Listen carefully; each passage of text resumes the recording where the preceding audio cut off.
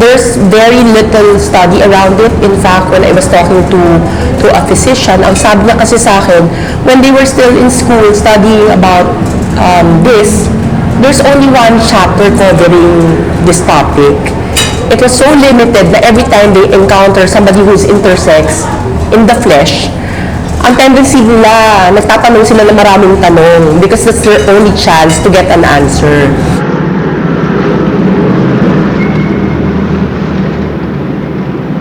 My name is Ruffy, and I currently reside in Pasig City, in Ortigas, and I'm 42. I identify myself as female, and sexuality-wise, I consider myself straight. I was already 29 when I discovered that I was actually intersex. But in an earlier year, when I was around 19, when I went to the doctor, I would always get checked. And the doctors or the physicians would always say that I actually have hormonal imbalance. But it was only at 29 that when I discovered that I was actually intersex, it was through somebody that I met in a gathering. And it was, this person is a doctor. And the first time he saw me, he said, "Hindi ka naman bakla, bakit ka nandito sa gathering na to?" Because I went to an all gay and bisexual community. And then in that gathering, it was the first time that I've heard of such a condition. My family actually hid it, but I don't think it was their intention to keep it from me. I think it's more of they were also too scared that the society will not understand. Nung pumunta kami ng pediatrician, that was the first time I heard the pedia saying, "Di ba sinabi ko sa inyo noon, ayusin niyo to? Bakit hindi niyo inayos?" But, you know, it turns out I should be grateful around it, about what happened. Kasi kung natuloy pala yung operasyon ko ng bata ako, baka iba yung nangyari. Well, in the beginning, I thought, well, I'm just gonna do the test.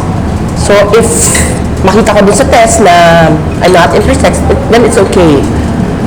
But when I took the test and then I found out that I was actually a mosaic, I was really surprised. And I was happy, but at the same time, I was also very confused. The reason for being happy is because all throughout those years, there was a time na I met somebody who is also intersex, and for the first time, naisip ko parang ang complicated ng case nila. Pero parang it also makes things easier for them pagka kinukutsa. Yun yung iniisip ko kasi syempre bata pa ako noon. So iniisip ko it was easier, but it turns out I was wrong because when I found out, and that was the time I realized how difficult it was to be intersex. Like for example, when I was in my adolescent years and my body started changing, I had difficulty going to the toilet because every time I go to the CR, I would get questioned, "Ma'am, yung CR po nasa kabila, ang lalaki po yan." So there came a point na I wouldn't even go to the CR anymore. I will just, hold myself and say, I will just do my thing. Pag nasa common area na ako. What are the other challenges that I encountered is, for example, when I'm applying for a job, I always get to the second interview, but when I undergo medical exams, I never get a single call. Every single friend of mine knows na from the time we started as classmates to the present time, ang pagkakaintindi nila sa akin bakla. So even if I explain my situation being intersex, they will not understand. In fact, I tried several times. There were instances na kumalat siyang chismis sa school na when we were supposed to have a reunion, I was not able to attend because of that. So, ang chismis nung time na yun was that bumigay na daw ako. I only did the surgery kasi gusto ko raw maglandi. So, that was the gossip that was roaming around. But the truth to that is, I was already at risk of testicular cancer, and that was the main reason why I had my self-check. When I had my surgery, and then when I returned to the Philippines, nagkaroon po ako ng pagdudugo. So nung nagkaroon po ako ng bleeding, I rushed myself to the hospital. And in the hospital, ang nangyari po noon, habang chinichat po ako ng doktor, nagulat po ako kasi may mga nurses na pumasok sa area, tapos isa-isa po silang iniwan po nila yung mga pasyente nila. And then they were there trying to ask me several questions. In fact, I felt that the questions were irrelevant. Kasi ang mga tinatanong nila sa akin ng time na yun is, how do you do sex? So, sa tingin mo, bakit ka nag-bleed? Dahil ba may ginalaw ka sa ilalim? Some of them I find really offensive. But at that time, I had very little choice but to answer them. Kasi nga, ang iniisip ko, it's also for my own benefit. Kasi yung doktor na meron dito sa Pilipinas, he only had around 70 cases. Unlike in Thailand, when I went there, I met my doctor and he did over 1,000 cases. But in that 1,000 cases, he did 2 intersex individuals already. So I felt a lot safer. I will just not mention kung magkano, but I think it's costly.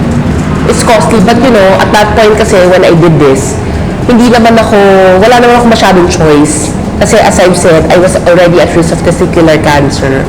And things needed to be removed. So at that point, I decided na to go and to do the surgery. Tapos sabi ko nga sa magulang ko nung time na yun na total na rin lang, ang daming problema nung katawan ko.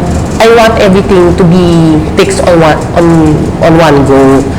As in, nung time na yun, I was at risk of testicular cancer, I had hernia, and then yun nga yung problema about being intersex. Kung sila mismo iniisip nila na ito yung sagot, na ito yung solusyon para maging masaya sila, hindi po solusyon yung operasyon.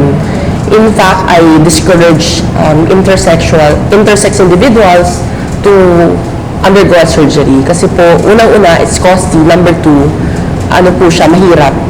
Kasi katulad po sa akin, after undergoing the procedure, nagkaroon po siya ng complications. Ang complications po sa akin is that para po akong nag-menopause ng maaga. So, ang tendency po, nagiging buto ko po, mas brittle. When there was a point in time na I felt I was alone, feeling ko parang there's no one to talk to. It's like, even if you're talking to a loved one, hindi ka pa rin maintindihan. Para bang the language is so foreign to them. Well, alam po natin na karamihan po ng mga lalaki, they prefer somebody who's a lot normal because, of course, they want somebody who can conceive, somebody that they can grow old with, na may mga apo-apo. So, it's not something that I cannot give. So, for a time, hindi ako talaga I also tried dating, pero parang ang challenge dun is hindi siya nag-workout. Sa start pa lang kasi, even before we go on a date, I already tell them the situation. Kasi meron pong instance na nung sobrang bago pa talaga, at tapos sinasabi ng doktor na wag ko raw sabihin, na hindi ko sabihin na in fact i-treat ko raw yung sarili ko as a normal female. That gave me more problems. Kasi ang nangyari po, akala nung lalaki, nagsinungaling ako sa kanya. When in fact, that was not the intention. It's totally normal to be scared.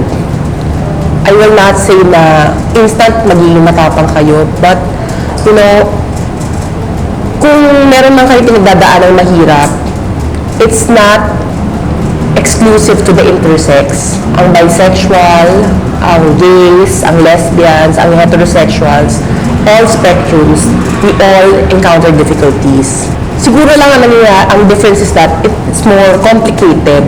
But you know, huwag po natin masyadong ikukulong yung sarili natin sa pag-iisip na hanggang dito na lang po tayo. In fact, marami pong chances to improve.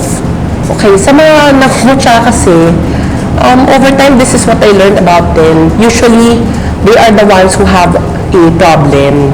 Sila po yung, kanila po kasi experience yun eh. Madalas po iniisip nila dahil experience nila, natatakot sila na yung kung ano man nakikita nila sa ibang tao, ganun din ang gagawin. So madalas po, yung halimbawa po, kunwari po ako po yung individual na nangungutya, naisip ko po na hindi ka capable, usually po kasi po experience ko po na hindi po ako capable, kaya ipoproject ko po sa ibang tao na hindi rin siya capable. Pero ang totoo po niyan, kung bibigyan lang po natin ng chance ang isa't isa, makikita po natin na there's more to it.